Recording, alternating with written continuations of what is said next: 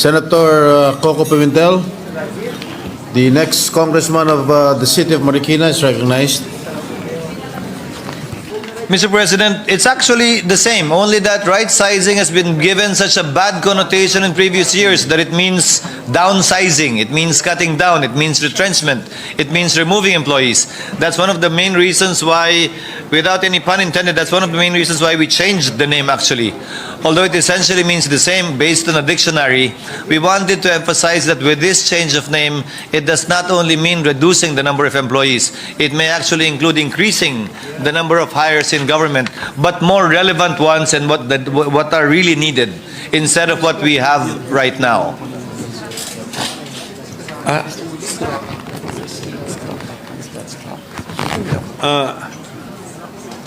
This is a substitute bill already. So, did the original bill contain the word optimization?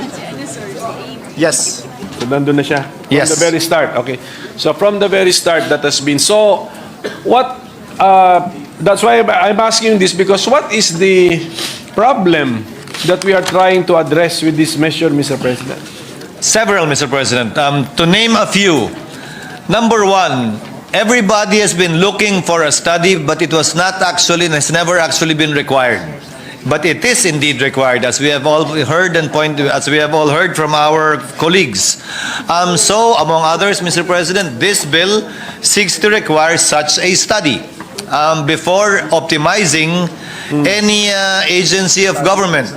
Number two, we also specified representation of employees' organizations, relevant employees' organizations at every stage of the process in order to give them a voice and to keep them abreast of what is going on, what the plans are, and what the studies are saying. And number three, Mr. President, would be insofar as the benefits to be given to affected employees, not only by way of a separation pay, but also the possibility of retooling, reskilling in order to perform other functions. Now, we are going to give employees' organizations a role in the process that we are making possible because of the bill. But right now, there is no such process available. Tama po ba yan? Yes, Mr. President. Perhaps that's one of the main reasons why right-sizing attempts before did not or have not succeeded. Because it always faced stiff opposition without a mechanism for dialogue. And we are creating a committee on optimizing the executive branch because our bill, itong panukalang batas, only specifically covers the executive branch but not the whole of the executive branch, because yung mga GOCCs under the GCG are not covered by this measure. Tama po ba yan? Yes, Mr. President, Your Honor, because under the GCG law, they are authorized already to optimize the government-owned and controlled corporations. And in fact, we can give you the list of the GOCCs that they have already optimized the staffing pattern and organizational structure of the total number of GOCCs. Mga ilan po yun? Out of the 119 GOCCs, the number of reorganized GOCCs are 36. Number of GOCCs with planning actions would be 25. Yung wala pa pong ginagalaw out of the 119, wala pa pong nangyayari ay 29. We can give you the document, Mr. President. Doon po sa 36 po ba yun yung reorganized already by the GCG? Yes, Mr. President. So, meron po bang pag-aaral? Ano po ang naging benepisyo? Let's say, nakatipid ba? Kumonti ba ang empleyado? Naging mas mabilis ba ang transaction time with the GOCCs? Tumaas ba ang kanilang income or dividend remittance sa Treasury? Well, according to GCG evaluation of the GOCCs, Mr. President, there is no hard and fast rule na dumami o kumonte. May dumami, may kumonte. But whether dumami o kumonte, mas naging efficient daw yung GOCC based on the parameters, evaluation parameters that the GCG is using for GOCCs. Tumaas ang mga score, bale. Tumaas yung score, pero wala pong rule na tumaas pero kumonte, tumaas pero dumami. It varies, Mr. President. Opo, opo. So, thank you. So, ilan po itong GOCCs na hindi napasa ilalim sa GCG? Ilan pa ba yan? 15 GOCCs, Mr. President, Your Honor, which are under DBM. To name a few. Would you want an idea? Pero bakit di na lang natin sila kaya linagay sa GCG from the very start? By charter of the GCG, they are not included, Mr. President, Your Honor. Why did we make that conscious policy decision that when we wrote the law of the GCG, we excluded around 15 GOCCs from its jurisdiction? Based on the GCG charter, Mr. President, they do not perform any commercial functions. These are export zones. For example, Bataan, Apeco, Lung Center, Kidney Center, Phil Rice, Fibidec, Subic Bay, Metropolitan Authority, Zamboanga City Special Economic Zone. These were specifically excluded in the GCG charter. Because they are not supposed to be earning? They are not supposed to be income generating, Mr. That's not their primary role. Okay. Pero as far as optimization is concerned, can GCG be the one in charge of the optimization of these 15 GOCCs? Under this bill, Mr. President, it's under. It would be under this bill, Mr. President, not under the GCG. It will follow the processes provided for in this proposed bill.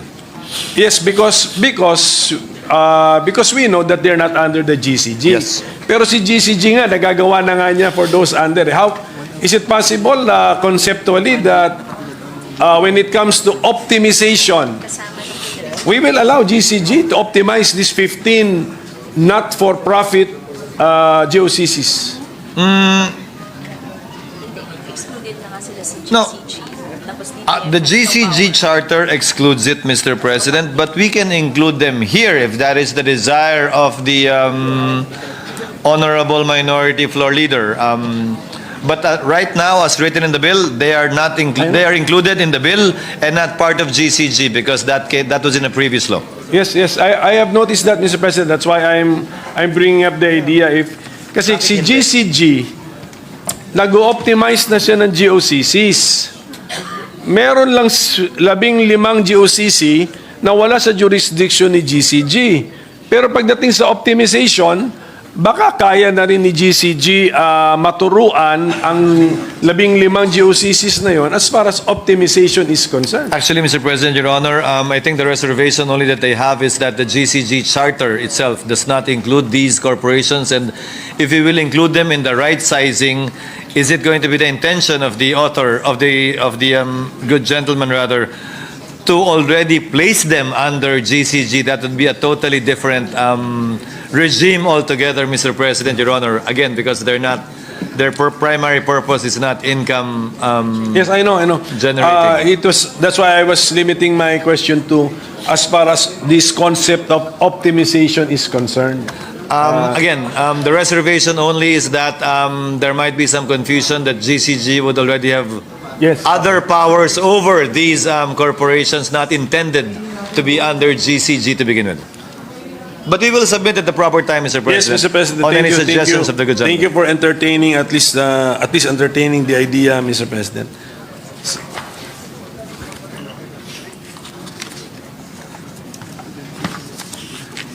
Ito pong ating panukala ay nauna naman doon sa Department of Government Efficiency, no? Ni President Trump. No? Nauna pong final ito, pero wala naman pong batas yun. Imbe-imbento lang yata yun, Mr. President, Your Honor. I don't think there's a... Pero ganun din ata, isa rin ata yun nasa gusto natin ma-achieve, no? Government efficiency, Mr. President. Yes, Mr. President, Your Honor, in order to be able to make government more efficient and more cost-effective.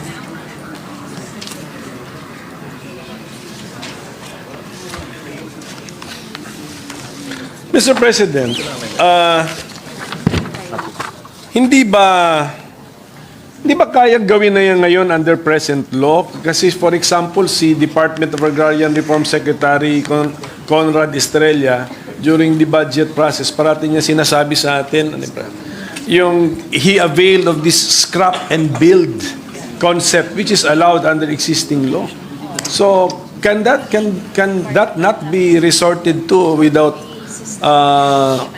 to make government more efficient, Mr. President? Well, yes, without yes, Mr. President, Your Honor. The problem faced by the scrap and build method, Mr. President, as a rule, is that number one, as I said, although it is provided for by law in the Administrative Code of 1987, the requirements we're trying to impose under this bill is not there, like the study, like the consultation with the employees' organizations, like the giving of a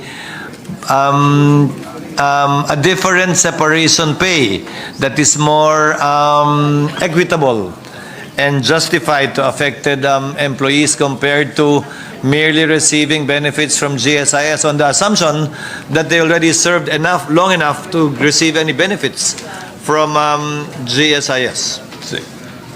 But some of the concepts within scrap and build are present or incorporated in this bill, Mr. President. Yes, Mr. President, Your Honor, it is because, for example, abolition, creation, consolidation, merger are all tools available under this bill.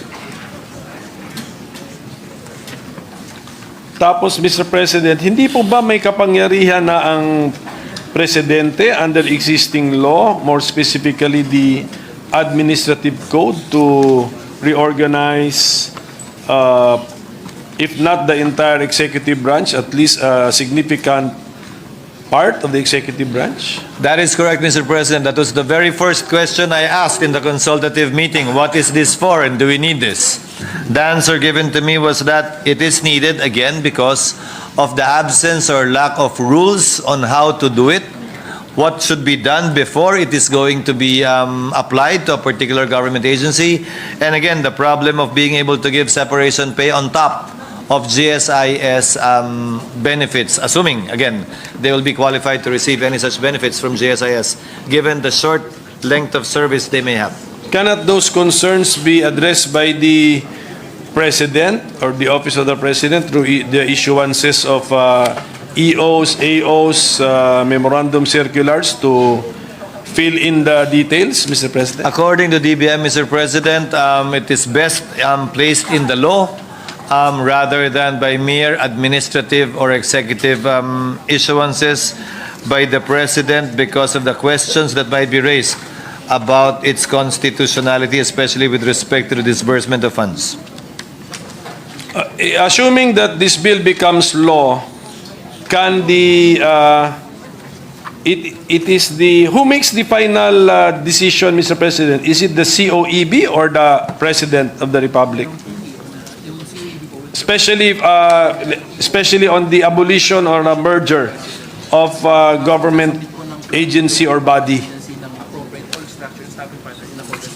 It will be fine. It will finally be. It will be a recommendation coming from the COEB, and then the President will issue an executive order, Mr. President. So yun yung final act itself. But the agency itself would have to issue the corresponding actual offices to be created or merged in line and in accordance with the EO. I-implement po ng agency yun, base sa EO. The agency. Siya po yung mag-i-implement nung nasa EO. Agency affected? The Yes. agency affected?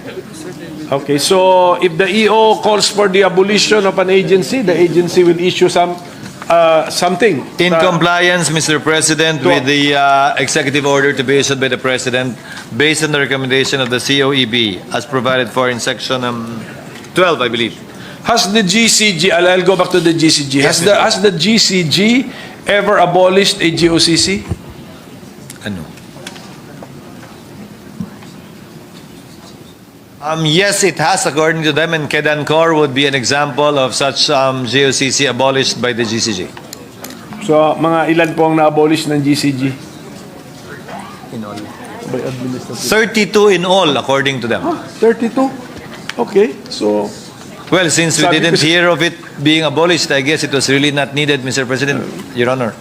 sige pa. But of course, We'll give you the list, Mr. So President, Your Honor. what do we envision here, Mr. President? Ang GCG kasi, GOCC yun. Anong na-envision natin dito? That there will be bureaus or divisions or agencies which can possibly be abolished? Not necessarily abolished, Mr. President, Your Honor, but more, that's why ARTA is playing an important role in the COEB, Mr. President. Because this should be done hand in hand with ARTA. Ano ba talaga yung kailangan? Baka naman may mga proseso hindi na kailangan o dapat alisin. Hindi na kailangan yung opisina yun. Pero yung kapangyarihan mag-issue ng license, pwede pa rin at kailangan pa rin. Baka naman may kailangan ibang opisina, kaugnay ng IT halimbawa na kailangan i-create, kaugnay sa pag-deliver ng digital services dun sa ahensyang yun.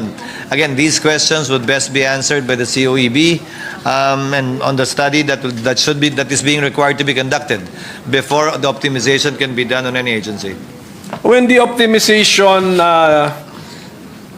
action requires the creation of positions, hindi po ba under present law, DBM must authorize the creation of the position? So, under this bill ba, babaguhin natin yung procedure na yon?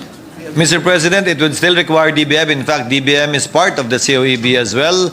So once the COEB recommends that to the President, the creation of certain positions would carry with it already, Mr. President, the authority of the DBM as provided for in Section 12 and 13 of the proposed bill. Halimbawa ngayon, Mr. President, ngayon may ginagawa po tayo sa Senado na ipepresent ako sa management at rank and file na hindi naman talaga optimization pero pagsasaayos ng mga posisyon. Dahil kung mapapansin ninyo, kada department sa Senado, minsan iba yung highest ranking salaried personnel sa department, sa bureau, sa office at sa division. Ang pinakamataas sa isa hanggang LSO 3 lang, yung isa LSO 5. So magiging lateral na yung promotion niya dahil wala siyang kasunod. Kailangan pa ng permiso sa civil service dahil lalampas ng dalawa yung hahakbangan niya. So our experience with the help of NCPAG, UP NCPAG, Mr. President, Your Honor, is we actually ended up creating more positions than abolishing positions, especially given the fact that we will be transferring to our new building which carries with it more responsibilities as well. Dahil hindi na tayo lessee, possible lessor pa tayo. At mas marami na tayong kailangan gawin trabaho. So, it doesn't follow. There shouldn't be any concerns really na automatic optimization, right sizing, may tatanggalin. Hindi po. Yes, yung meron, sa experience mo na Senado, so may proposal na magdagdag, don't we need DBM's approval? Yes. Yes, we need. Yes, and Okay. as soon as we do the consultation with the employees and everything is understood and explained and okay, then we will ask permission from the DBM to create those positions, although it is completely chargeable against our own funds. And we won't be asking any funds from DBM in addition to our current budget. So that the permanent position is created. Yes, Tama? Mr. President. That's the Yes, Pero Mr. President. pag naging batas na po ito, kasi ang legislature ata dito, ni-encourage din na i-adapt din yung optimization. Yes. Pag maging batas na po ito, mawawala ba yung step na yon that the DBM will approve the request for additional positions? Only for those covered agencies, Mr. President, Your Honor. But for agencies that are not covered, like the Senate, it would still require Tuloy. DBM. Okay, kaya nga, so approval. pagdating doon sa covered sa executive branch plus the more or less 15 GOCCs, mawawala yung step na yon? Yes, mawawala po yun. Kasi bahagi naman na yung DBM dun sa COEB na dininig ito, kinonsidera ito, kasama siya sa pagdebate at botohan at pagrekomenda sa Pangulo kung anong ilalagay dun sa executive order ng mga bagong posisyon na ililikha. So pwedeng yung DBM secretary or representative sa COEB ay bumoto against the proposal but was outvoted. That is possible, Mr. President, Your Honor. But at the end of the day, Mr. President, the executive should always get its act together. They can arrive at it via the simple order by the highest officer, by a vote, but at the end of the day, they should only have one position as the executive branch. And this bill makes that arrangement already mandatory. Yes, Mr. President. Or binding, Mr. President. Okay. Yes, Mr. So President. siguro, Mr. President, one last question na lang. Can the President, through the procedure here in our bill, abolish an agency created by law? Yes, Mr. President, because even under the authority given to the President by the Administrative Code of 1987, he can do that, Mr. President. And it has been done. I'll just get an example, Mr. President. Because I looked at the administrative code, Mr. President, I did not get that impression that the President can abolish an agency created by law. Under EO 366, Mr. President, according to our resource person, they were only able to do the activation because that was the only thing authorized under EO 366. May we get the date of that EO, Mr. President? Baka 2004, Mr. President. Your Honor. 2004? Under President Jimmy. So is it the input from our sponsor that under that EO, an agency created by law was abolished? I stand corrected, Mr. President, Your Honor.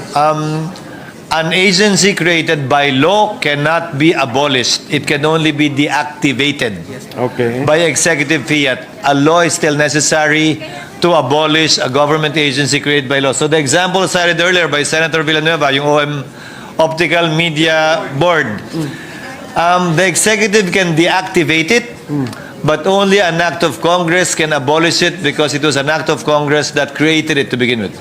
What would be the practical effect of deactivation? Stop ang sweldo nila? Hindi po. Ililipat Yung sila? affected employees will be transferred to other agencies.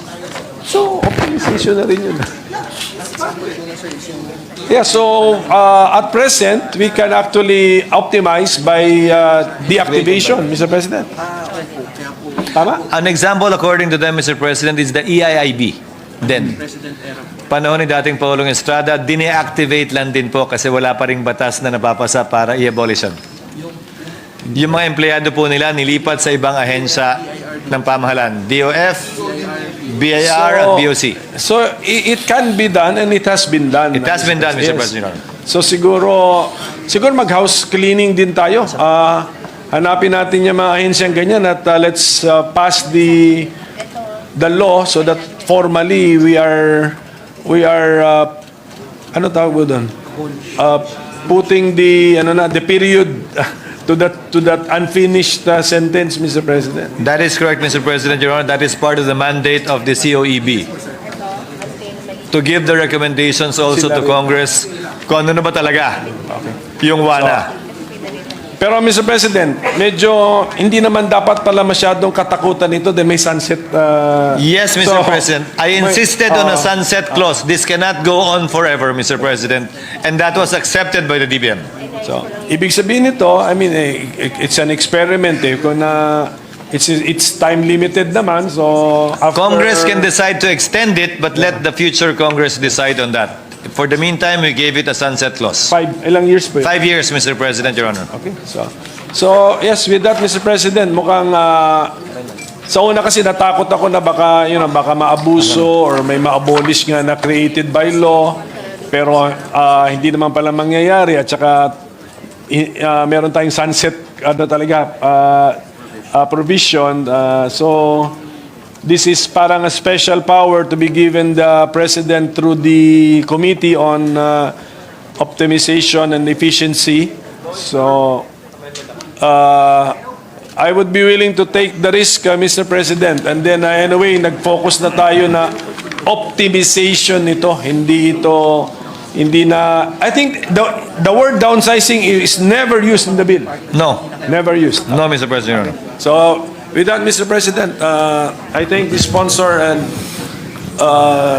for his patience and maraming salamat po sa... Thank you, Mr. President. Thank you to our minority. Mr. President, Thank you, Mr. President, there being no member who wishes to interpolate, I move that we close the period. Mr. President, I move that we open the period of amendments and recognize the distinguished sponsor of the measure, Senator Chis Is there Escudero. any objection? There being none, motion is approved. May-